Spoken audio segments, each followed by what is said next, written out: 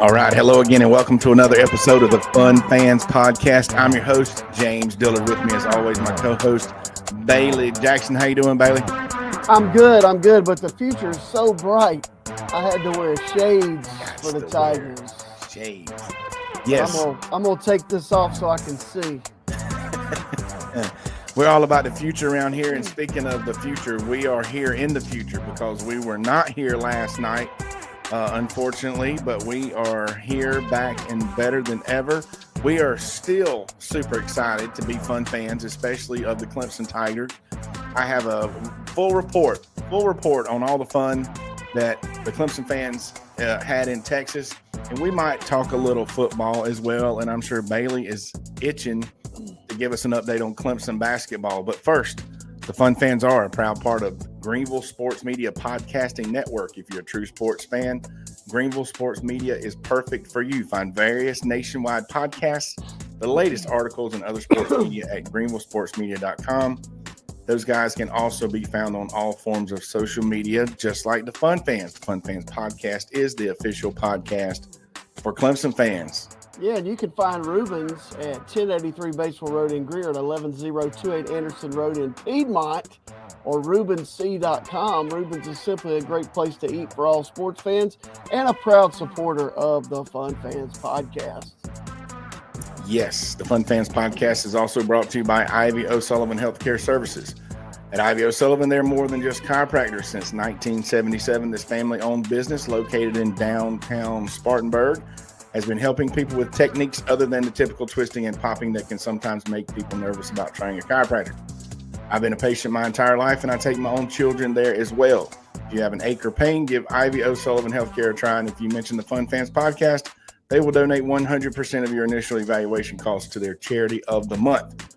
So call them at 864-583-3967 or find them at ivyosullivan.com to feel better and function at your best. All right, so as previously stated, Bailey was in Austin on scene last week. Okay, so that's was right.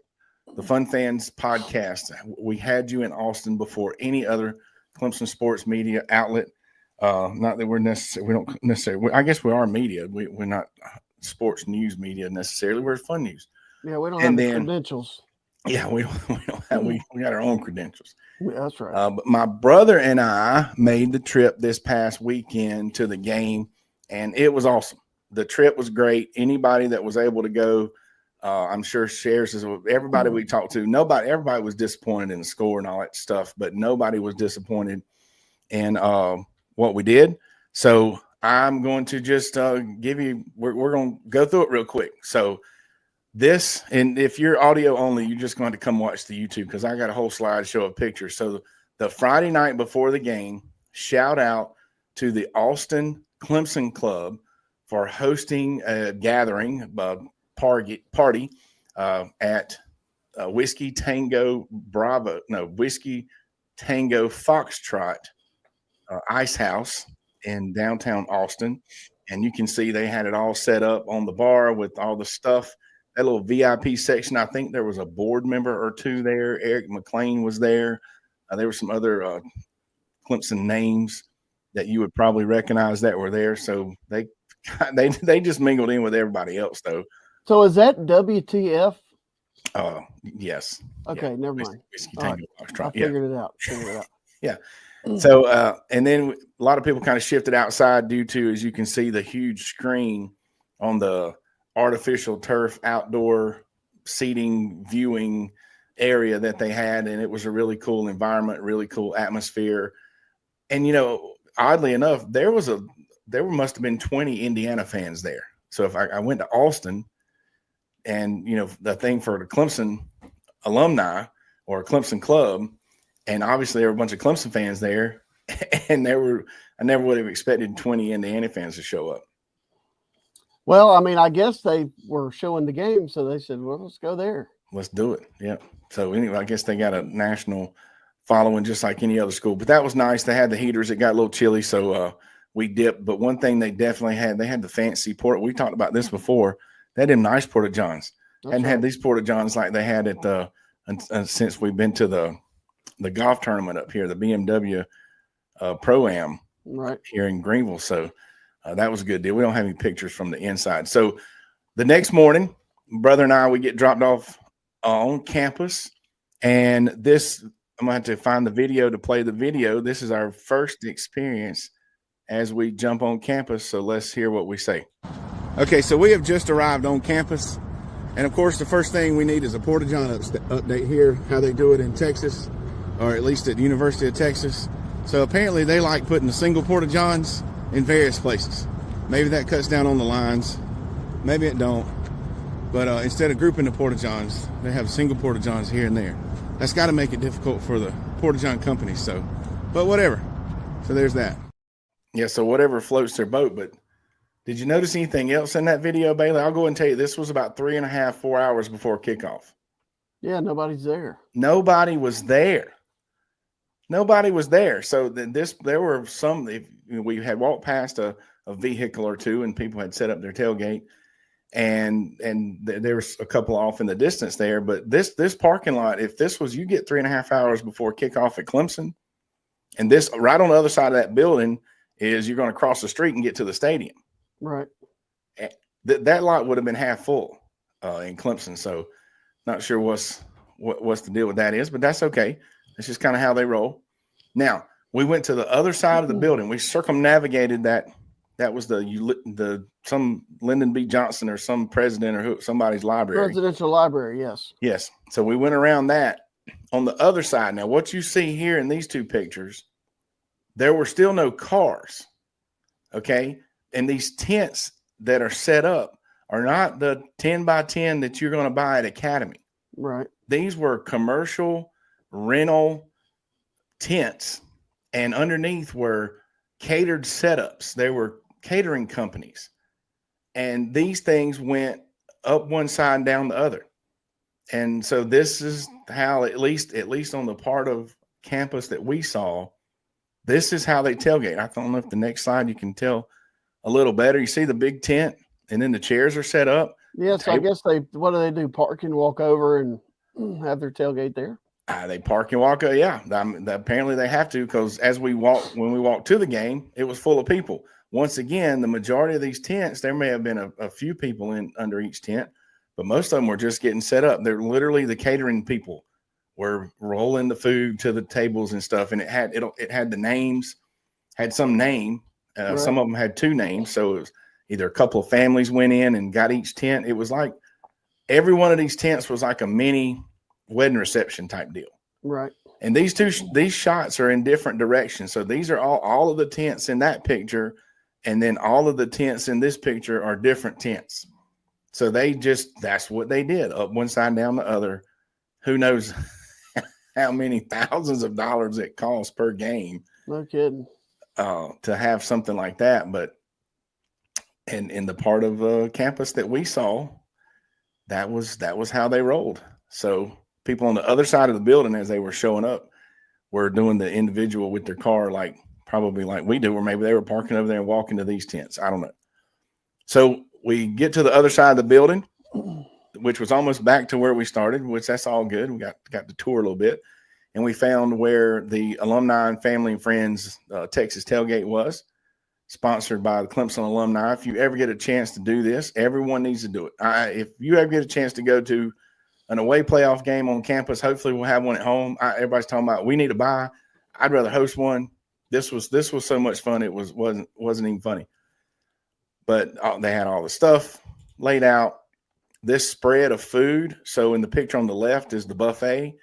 Had the brisket, the smoked turkey, the barbecue. You can kind of see my plate a little bit on the picture on the right. Cornbread, mac and cheese. I mean, and did you eat barbecue and stuff when you were in Austin a week ago, Bailey? No, I never did eat any barbecue. So you automatically assume it's going to be good, and definitely was not disappointed with this meal. The food was outstanding, and they did a great job hosting. And they, of course, set up a big tent with the alumni folks. I have another video just to kind of show the look of the whole thing. I believe this is it right here.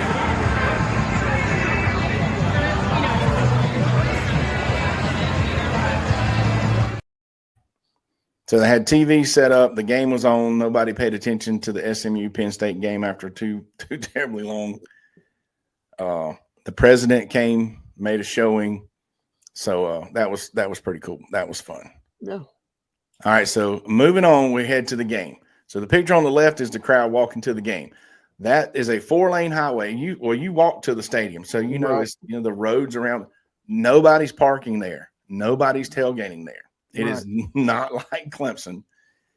Tons of people walking in. And then the picture on the right, those were our seats looking straight into the sun. I'm sitting there taking pictures and didn't really know what I was taking pictures of. But in the section we were in, it was mostly Clemson fans. We got the tickets through IPTAY. So, and the stadium was full. And we'll look more about how the stadium was full the whole game later on. But so that's our view from the stadium where we were sitting. It took me a while.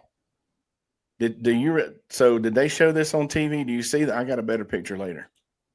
Maybe. Right here. Okay. Do you notice anything in those stands over there? I can't. You see the Longhorn? Oh yeah. It took me a while to figure it to realize that they built the walls basically, and their team, that's where their team ran out of. They built the Longhorn logo into the end zone over there, and that would have been that's the west end zone, similar to Clemson, because the sun was setting that way. So I thought that was pretty cool, and you can see that jumbotron. And right over the jumbotron, I want to point this out to give some people some perspective. That's downtown Austin. Right. So imagine the only thing us Clemson fans to relate to the situation, the feel, the vibe. Imagine taking Williams-Brice Stadium and pulling it all the way in to campus down there at South Carolina. Right. That's kind of what it reminded me of. But that was pretty cool. And just wanted to point that out. Now I got this at halftime. This is a picture from the stadium, and you can't really tell, but that's another tailgate tent. That's a three-story party tent. Nice. Yeah. So that one just drowns all the rest of them that we saw before. But I'm like, yeah, these folks, they do it up big time when it comes to there's some zeros and some commas in what they're doing with their tailgating. And then let's see, I think I got a closer picture of the stands. Well, maybe not. You see those names? I don't know. You probably didn't see this on TV. The names at the top of the jumbotron, they were not like popping up and going away. Those couples' names, Kurt and Tara and Justin and whoever, in those huge font. And I'm sitting there thinking, how much money did those cats donate to get their names on that big old jumbotron right there like that? That was something else. Yeah. A lot of oil money. I can't imagine. A lot of oil money. All right. So the picture on the left here, they did some smoke. Clemson did some smoke recently, and we thought it was funny. We were tripping about how their smoke went right up into their fans. Right. And we were like, I'm not sure that was supposed to happen. But then they busted out a drone show. The sun was starting to go down, and this was right over our heads. And that was really cool. And obviously, even the Clemson fans are taking pictures and videos and stuff of the drone show, because I'm sorry. A lot of stuff they did was really, really cool. Not going to say it was better than Clemson, because we're Clemson. Nobody runs down the hill. Nobody does it like we do it. But they did some stuff that was really, really cool and fun in the stadium. And I thought this was good. And if you're a Matthew McConaughey fan, let me show this video real quick. I think this is their between the third and fourth quarter. Yeah, between the third and fourth quarter deal.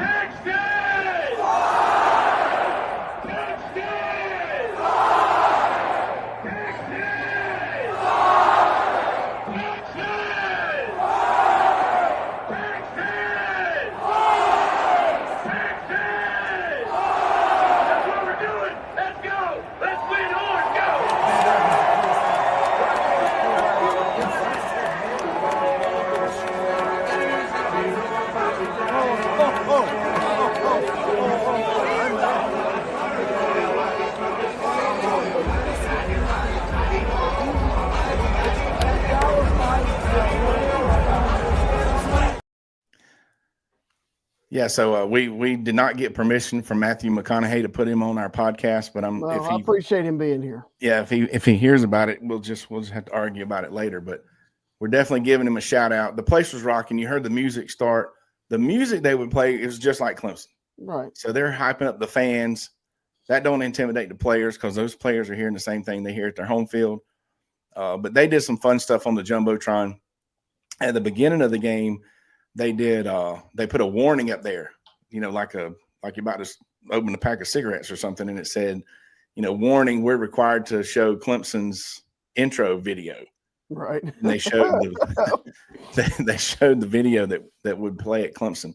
Other than that, they would show one thing I thought was really cool. They showed on the Jumbotron, they had a camera at the Dallas Texas Longhorn Club viewing party, like you're watching, and they show the camera at some military base or something, right? And the fans are screaming. I thought that was fun, so that was pretty cool. But also a mariachi band popped up on the Jumbotron like 4 times, so okay, that was okay too. So they get just it gets dark. It turned into a night game, the second half of the game, and it was fun. And that's when Clemson started playing better again. And then this is after the game. Just kind of look back, and this is kind of what Bailey showed us last week about the size of this stadium, and it just looks like a huge building. It's just huge. Yeah, it is. And at night, it was pretty good. It was pretty cool. So that was the fun fan experience, being there and being at the game. I'm glad I went, no matter what happened with the game and the score. And I can say everybody that was there can say they were at the first ever 12-team playoff round 1 matchup. And, especially as a fan of the Clemson Tigers. And, we'll talk about the game a little bit, but I'm for the most part proud of the way the players played and stuff. So we'll get into that in a minute. But the fans, I think there's if you want to get into the game, we'll get into the game in a minute. You say what you were going to say. No, I was just going to say, yeah, their fans were great.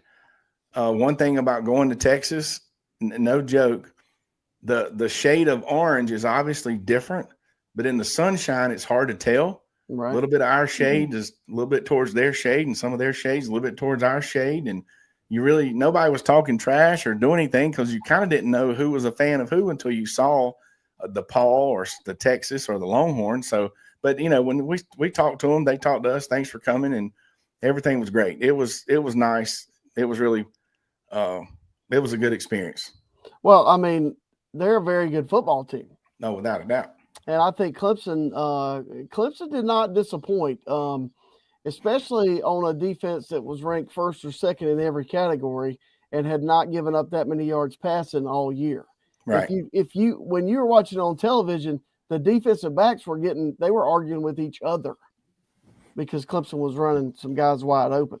Yeah. So it was, that's why I wore the sunglasses. I'm already looking forward to next year. We're only going to be better. I think Clemson and South Carolina both are in the top 10 preseason minimum. Yeah, we're only going to be better. One last thing, I'll give a shout out to, we ran into some folks that we had mutual friends when my brother and I were in the band at Clemson, and they, bless their hearts, ended up at the same table as us at the alumni tailgate. So Beth and Jennifer, we appreciate y'all chatting with us and hanging out with us. And it was nice to meet those folks and, some of the other folks that were with us, and hopefully there'll be new, they come to most of the home games. So I told them where we tailgate. Come to the Fun Fans tailgate. That's it. Maybe we get some new Fun Fans fans. But yeah, so as far as the game goes, we go down and score. Mm-hmm. We move the ball better. Everybody wants to fire West. They are so good.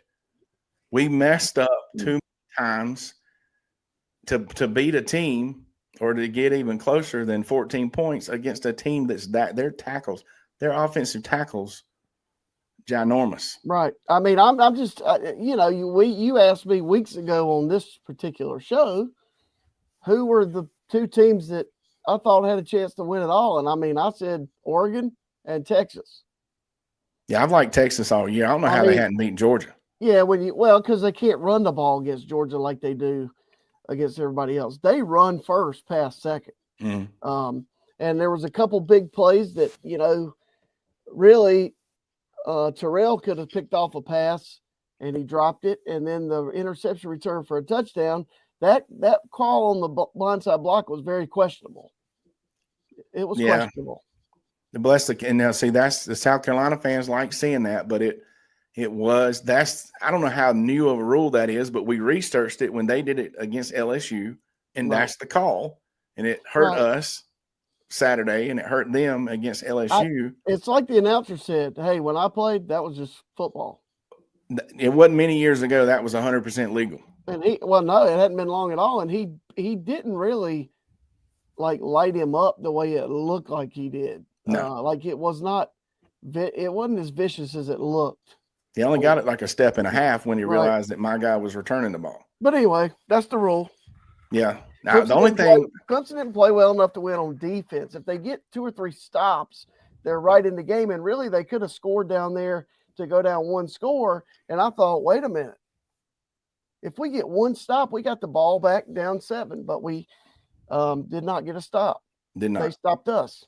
Kind of Terrell's the best. He's our best DB. He's a great player, and I'm not knocking, but he had a jersey grabbing night, and I just don't know, kind of where that came from. He was in good position. There was no reason for him to, the hand fighting and hand checking. They're going to let that go, but his pass interference calls were very in not a good time, and to give 15 yards to that offense, that didn't help either.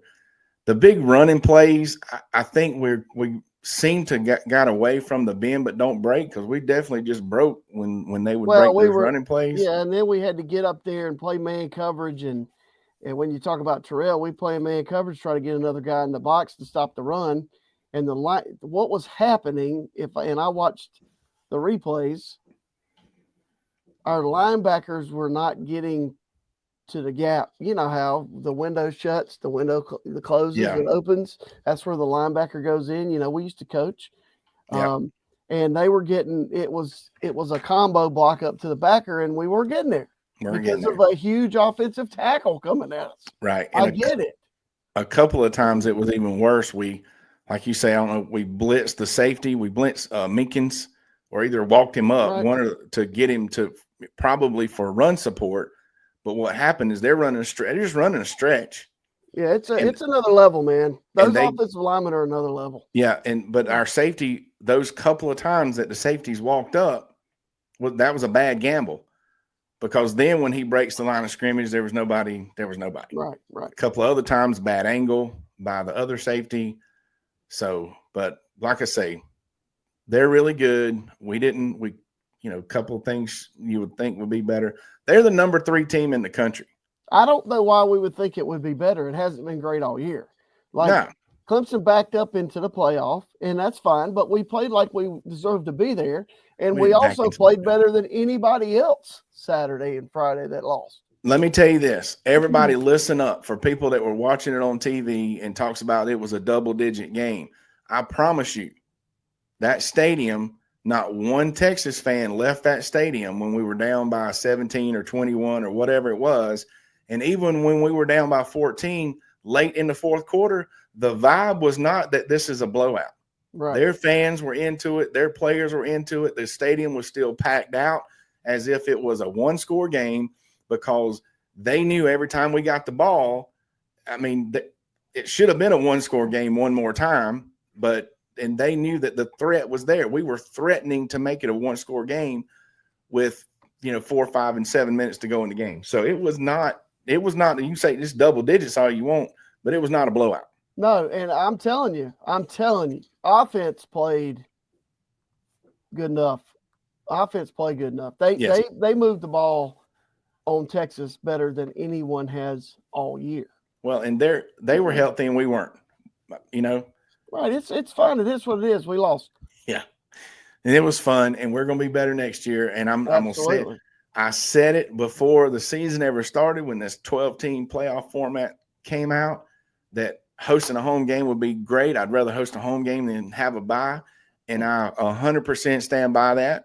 I don't know if we win the ACC or don't win the whatever. I would rather host in Death Valley and set up our tailgate and have the other team come Penn State or whoever, Arizona State or somebody come to us in Clemson and show them some hospitality and just be all crunk up in that stadium, right? Then get a buy. It was so much fun.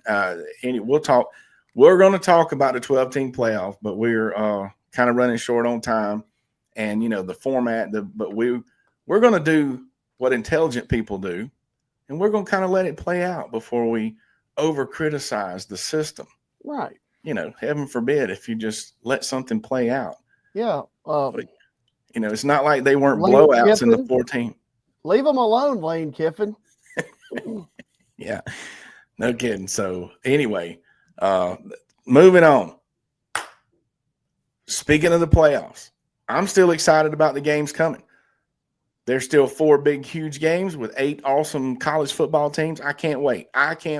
This is what we've talked about for decades. Why don't we have a playoff in major college football? I'm looking forward to that. Was the first round was great to me. I'm looking forward to every round coming up. What about you, Bailey? I'm gonna watch every game.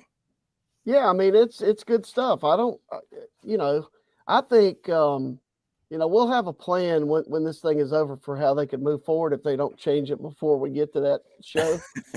But I mean, I'm gonna watch the games. Come on. Yeah. Everybody's gonna watch the games. Most of them are on January 1st. Yeah, most of them next rounds are January 1st, I believe. Yeah, so good luck, Arizona State. Yeah. That's all I can say. Speaking of, I have 4 Peach Bowl tickets for sale. Any Texas or Arizona State fans, just college football fans in the Atlanta area, just hit me up. Been selling them out there before you left. Well, we talked to a couple people, but this is currently posted on Ticketmaster. But all right, so and like I say, we'll come back and we'll give our 2 cents worth on the 12-team playoff and how we feel. But speaking of how we feel about things, we're running out of time, but Bailey can give us we got plenty of time for a little basketball update. We beat. Yeah. Before we close the book on football, I would like to say that in the years that the 2 of us were on campus in Clemson, I'm using 91 through 96. Okay. Mm-hmm. The overall record of Clemson football was 43-26-1. Okay. Yeah. Since 2011, there have been 13 10-win seasons and 1 9-win season. Okay, the highest win total between 91 and 96 was 9. We've had 13 10-win seasons in a row, 2 national championships, 7 college football playoff appearances, and only 16 conference losses while we had 97 wins. So, people, enjoy it. That's all I can say. Now, basketball, lost in overtime to Memphis. Tough game, lost in overtime to the Gamecocks. Gamecocks and Tigers game was a very good basketball game. Man. Clemson should have, I won't say they should have won that one. I think they could have. I think they should have won the Memphis game. But they're playing at home at 11 a.m. on a Saturday with no students. It's just that's just tough. Why is it 11? Memphis travel and TV. All right, so, but they're 2-0 in the ACC. They beat Wake Forest yesterday or day before yesterday. Mm-hmm. And, they're ranked, they're a projected 6th seed right now in the NCAA tournament. Wow. So we're good. We're fine. Yeah. Looking good. They're going to lose some games, though. Guess what? That's how basketball seasons go. That's how basketball goes. That's right. And we'll talk about it some more. But like I say, just to point out, of the 14 playoff games, about a 40-something, close to 50% of those games were double-digit victories for the winner. So, everybody's making too much of a big deal about what happened this weekend. But great job by the basketball team. Great season by the football team. The future is bright, as Bailey pointed out. And we are glad that you guys joined us this evening.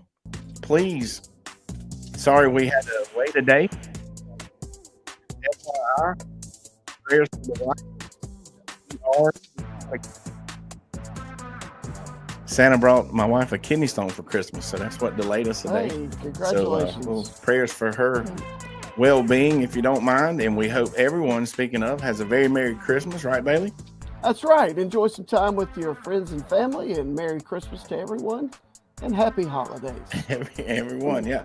I hope everybody gets the opportunity, and Bailey's going to disagree because I'm going to include the Gamecock fans. I hope every college football fan gets the opportunity to do what me and my brother did and go to another big-time stadium and experience that home field advantage. Good luck to Longhorns. Are we all Longhorn fans now?